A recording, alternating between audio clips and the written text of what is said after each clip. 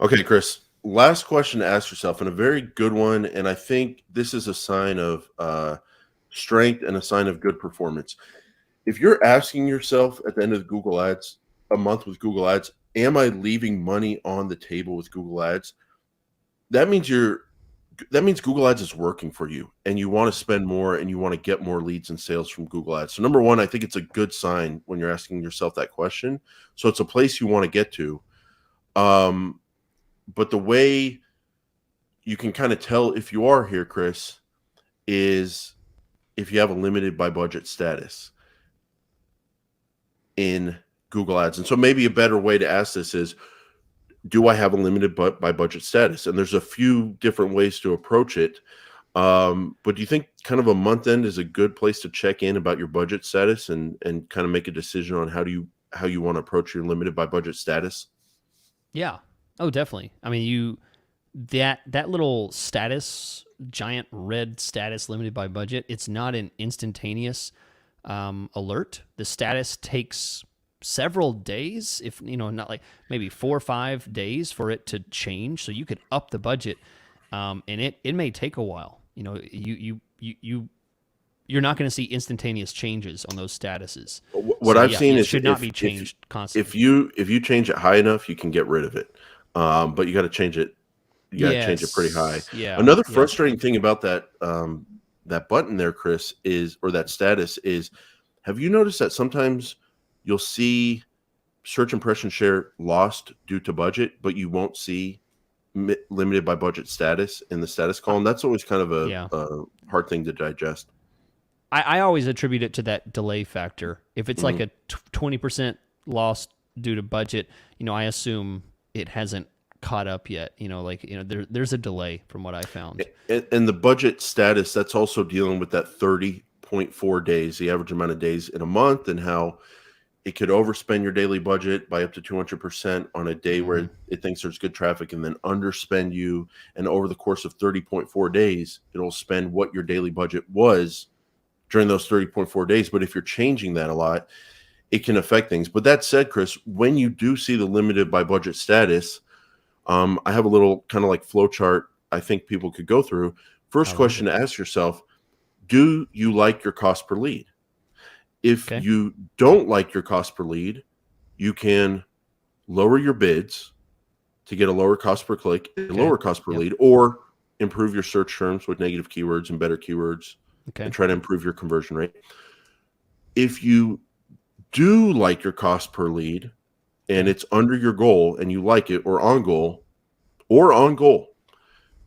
then yes, add more budget. It's as simple as that. Do you like that kind of flow chart? If Yeah. you're, That's yeah, 100%. Yeah. You say as simple it's as that. simple. Just like, Yeah. yeah, that's absolutely like either you're hitting your goal and you're growing, or you're not at your goal and you're trying to minimize risk and eventually get to your goal. So you're either there and accelerating, or you're not there and you're fixing it. That's it.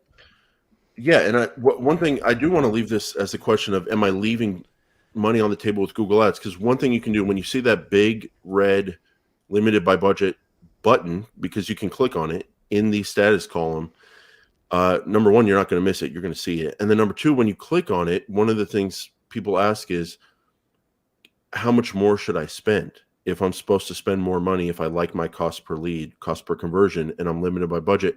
You click on limited by budget and it will pop up and it will show you what you're currently spending. It'll show you like a ceiling of what is the maximum you could spend. And then it'll show you below that ceiling the recommended amount, where you'll get basically just as much as you'll get on the maximum spend, but with a lower spend. And in the example I'm showing you, Chris, the current budget's $15 a day. The maximum is like 77, and then the recommended is 51. Um, brings a big question here, Chris.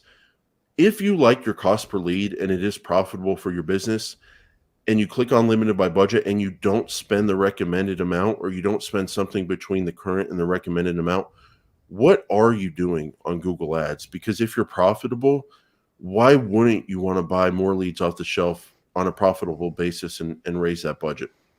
Yeah. I So it's leaving money on the table. That's just what yeah. it is. Yeah. It's as simple as that question seems.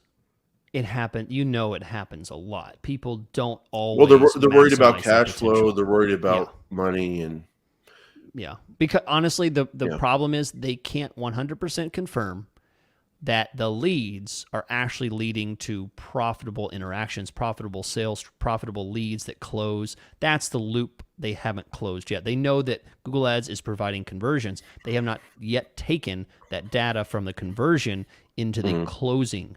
So they haven't fully closed that loop. So, I mean, that's And really yeah. the issue. Yeah, and on a there's ways to do that, but most lead generation campaigns aren't closing that loop. And then, Yeah. but I mean, let's take it one step further on e-commerce. I mean, where it's tracking purchases and Yes. sales revenue versus the That's cost. I mean, definitely, I straightforward. think you should be increasing budget. Now, Chris, between Performance Max, broad keywords, I am just, you know, I've been getting pats on the back lately, Oh. and I want to continue that by showing you this thing from the documentation I thought you would find interesting.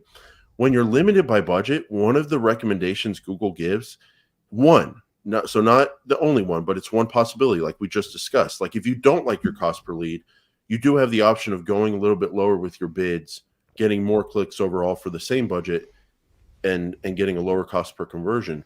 And Mm-hmm. Google actually recommends that in some cases. They say lower your bids and campaigns that are limited by budget as one of the options. And it kind of goes through the process of like, hey, if you lower what you pay on average cost per click, you can get more clicks overall for the same budget and get a lower cost per conversion and more conversions for the budget. But there is a risk to that, Chris, and I want to get your input on this. If you lower your bids too much, it could result in fewer clicks and your bids are no longer competitive and your overall conversions actually go down and you're not able to spend your budget. So when you're lowering, so number one, if you don't like your cost per lead, do you find yourself lowering your bid sometimes when you're limited by budget? Because you kind of think like, oh, I could just lower my cost per click, still spend the full budget, get more clicks, and get a lower cost per conversion and more conversions for the same spend. Is that one of the tools in your toolbox to lower bids sometimes? It is. I mean, there's only a couple tools in the toolbox for things like this, and it is one of the biggest tools. Absolutely. So you're lowering bids a This. lot, Oh especially yeah. maybe on new campaigns when you find the right bidding level. Absolutely new campaigns right away. I mean, Mhm. I'm overbidding and then dropping the bids. And you had downplayed this a couple weeks ago, but the search impression share loss due to rank is absolutely my indicator for avoiding lowering them too much and knowing when I can lower them. It is not absolute top position, as you have advocated. For me, it is search impression share loss due to rank. That tells me, am I stalling out? Is the engine Mhm. losing power? I'm hitting 80, 90% loss due to rank. I'm gonna fall out of the sky. Mhm. Or can I get more out of the engine? Am I not pressing the gas enough? So I'm someone that likes taking in as much data as possible and very calmly, coolly, and rationally examining that data science. And so I like looking at both the absolute top percentage and the Yeah. ad rank, lost to ad rank. No, Chris, I'm kidding. Yes. They kind of they play into each other. When you have a high lost to ad rank impression share, lost to ad rank, you usually have a very low absolute top percentage. So it's kind of a preferencing. Um, Now that said, Chris, do you worry that if you lower the bids too much, you're not going to get clicks and you're not going to get the volume kind of range that you need to hit? Oh, sure.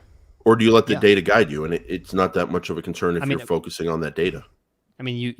I look at the search impression share loss due to rank, and I know how much of a push I can do. If I see 10% loss due to rank, I know I can probably drop my bids by half and still be in the clear.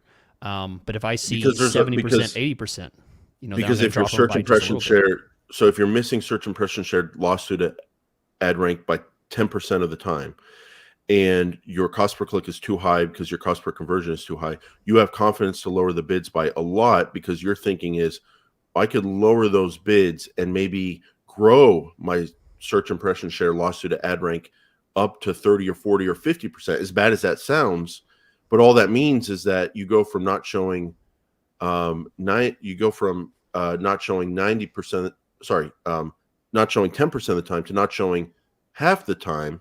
Mm-hmm. But you still show half the time and maybe you can still spend your full budget. Yep, That's it. That's the game I Yeah. play every day with manual bids.